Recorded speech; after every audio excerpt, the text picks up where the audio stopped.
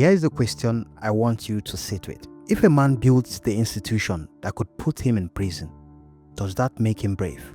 Or does it mean he was confident he would never get caught? Because that is exactly the kind of question Olusegun Obasanjo forces you to ask. This is the man who voluntarily handed Nigeria back to civilian rule in 1979 when nobody was making him do it. Genuinely remarkable. But this is also a man who 2 decades later allegedly spent $500 million trying to rip up the constitution so he could stay in power longer. His own daughter called him out publicly. His own very daughter. So who is he really? That is what we are getting into today.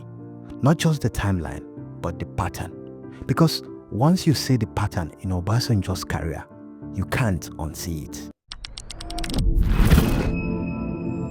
Obasanjo was born in 1937 in Ogun State, southwestern Nigeria. Yoruba, modest background, couldn't afford university, so he joined the military in 1958. And this tells you something about how he thinks. When a path closes, he finds another one. He rises quickly, trains in England, and when the Biafran War breaks out in 1967, one of the bloodiest conflicts in African history, over 1 million people dead, Obasanjo doesn't just survive it, he ends it. In January 1970, Biafran forces surrendered to him directly. And I think this is where his self-image gets locked in. From that moment, he sees himself as someone the country needs, someone indispensable. Hold on to that word. It's going to matter in a bit. In 1976, the military head of state, Murtala Mohammed, is assassinated. Obasanjo is his deputy. Without campaigning, without plotting, he becomes head of state of Africa's most populous country. He didn't plan it, but he doesn't panic either. He just takes it. Most African military leaders of that era, when they got power, they kept it. That was just how it worked. But in 1979, after setting up a constitutional process and overseeing elections, Obasanjo hands power to a civilian, Shehu Shagari, and walks away. I welcome wholeheartedly and accept this great challenge and opportunity to serve my country as its chief executive. He became the first military ruler in Africa to voluntarily transfer power to a democratically elected civilian government. Think about what that took. He had the army, he had the loyalty. He could have found any number of reasons to stay. He didn't. People still debate his motivations, whether it was genuine democratic principle or a long game calculation that stepping back would make him more powerful later. Honestly, it might have been both. Great political minds usually operate on multiple layers, but whatever the motivation, the act itself set a precedent. It showed that transition was possible in Nigeria. After leaving office, Obasanjo becomes a kind of global elder statesman. Then, the 1990s happened. This regime will be firm, humane, and decisive. We will not condone nor tolerate any act of indiscipline. Any attempt to test our will be decisively dealt with. Nigeria is under Sani Abacha, one of the most repressive governments in Africa at the time. Executions, disappearances, total clampdown on dissent. Obasanjo speaks out. Abacha arrests him in 1995, charges him with plotting a coup, a charge most people called fabricated. He is sentenced to 25 years imprisonment. He comes genuinely close to being executed. Then, in 1998, Abacha dies. Heart attack. Obasanjo walks free, and within a year, he runs for president and wins. If you wrote that as a movie, people would call it unrealistic, but this is Nigeria. The question worth asking though, did prison change him? Did it deepen his commitment to democracy, or did it reinforce his belief that power is everything and you need to hold it to survive? I don't think there is a clean answer, but it is the right question. Obasanjo wins in 1999 and walks into a mess. External debt, 36 billion US dollars. Foreign reserves, 3.7 billion US dollars. Infrastructure crumbling. A country psychologically bruised from decades of military rule. So, what does he do? First, and this one often gets overlooked, just 4 months into office, on September 30th, 1999, he launches the Universal Basic Education Program, UBE, free compulsory schooling for every Nigerian child aged 6 to 15. The ambition was real: get every child in a classroom, wipe out the dropout crisis, and end the cycle of illiteracy that was strangling Nigeria's development.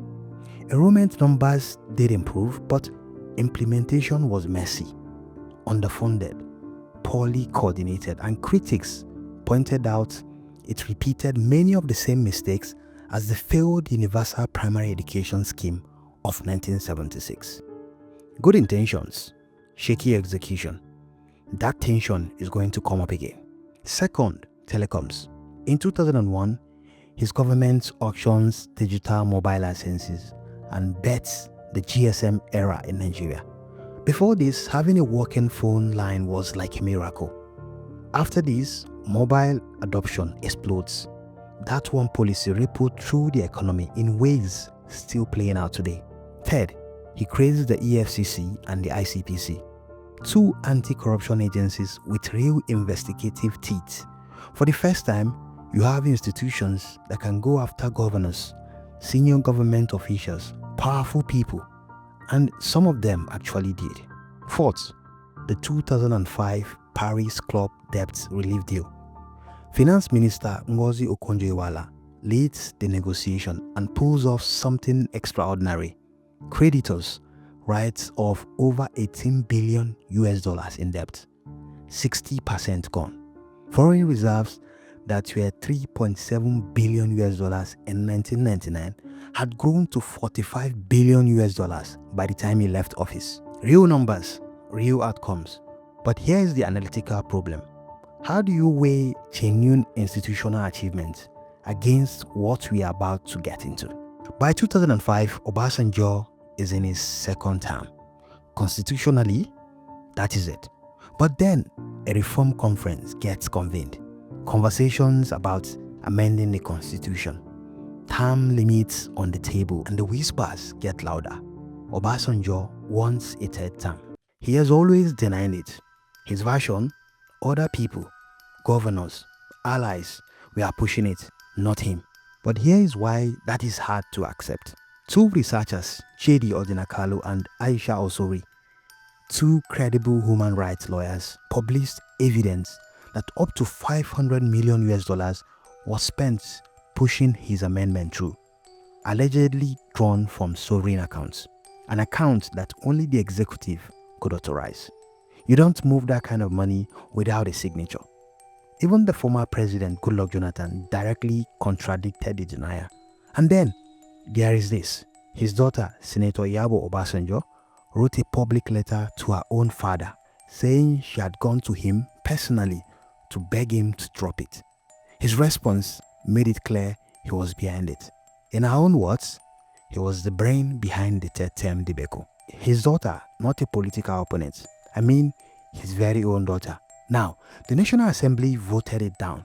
He transferred power to Umaru Musa Yar'Adua in 2007, peacefully and on schedule.